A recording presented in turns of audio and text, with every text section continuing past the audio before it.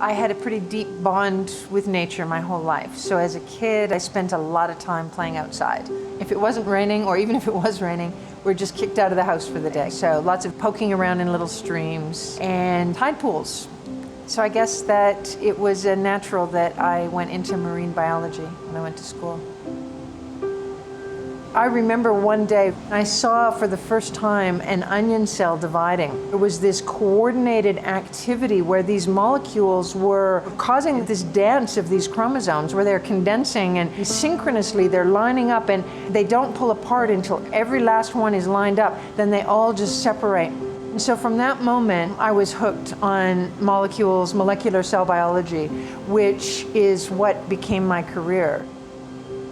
As a scientist, watching the political arena from a distance, I came to terms with the idea that politicians maybe lag a little bit behind, particularly with respect to the environment. Throughout the 90s, that's what I expected to happen with climate change. The data was there, we know the reality. It was frustrating that governments weren't getting their act together, but I kept believing that they would. It was in the early 2000s that it started to hit me that this was getting a bit absurd. I continued to write letters and I continued to show up at rallies, but I became much more active in terms of meeting with my representatives and just more engaged. September 3rd, fall 2014, I was in my office and I had word from friends that Kinder Morgan crews had entered the Burnaby Mountain Conservation Forest and clear-cut 13 trees for their survey. So I walked down to the site and met with people down there and saw what was happening. From that day forward, I would come and sit for a couple of hours in the clear-cut a few times a week. There was a growing but small community of us there, and we would sit on the stumps and think about what was happening to our world. So I wrote about that and had an opinion piece published in a local paper. In response to that, someone had come by and left a 5-pound stack of papers.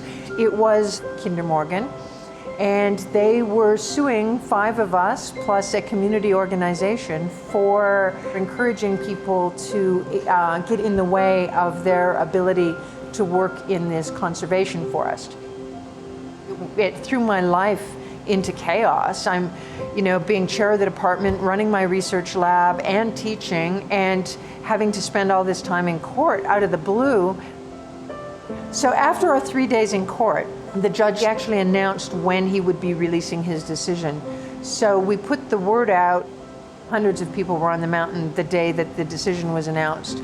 The decision was in the favor of Kinder Morgan. We had to get out of the way and let them come in and do what they called their surveying work. There were a number of protesters who spent the night up there. They were prepared that something was going to happen.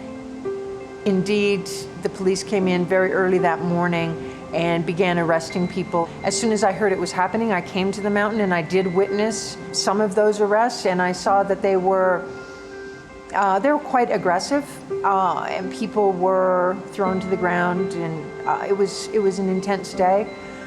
So that night, I had a lot of soul searching to do.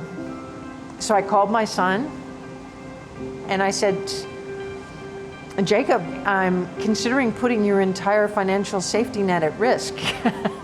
And more than that, I might not be able to visit you. I might have no financial safety net for you, and I might not be able to visit the United States. What do you think? Should I do this? Should I cross the injunction? Should I get arrested? He didn't hesitate. He said, Mom, yes, you're doing something more important for me than looking out for my financial future or traveling to visit me. This is so much more important and so much more valuable. Thank you for doing this. I support you. So I don't think I got much sleep that night. And the next morning I showed up at the mountain, and the press was there, and I said, I explained what civil disobedience is and the important role that it plays in our society. And I was without any other course of action. I had done every other course of action available to a citizen. All that was left for me was this act of civil disobedience. So I turned and I walked up the mountain and I got arrested. Because of the publicity I got, I received an email from Elizabeth May, and that's where she said, just so you know, I would like you to consider joining me in Parliament.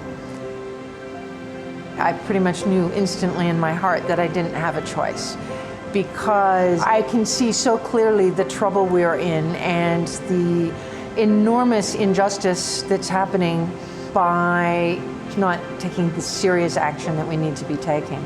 I am deeply committed. I'm working incredibly hard to be elected because it feels very important to me. There are several really big reasons why the Green Party is the only party that I could have ever run for.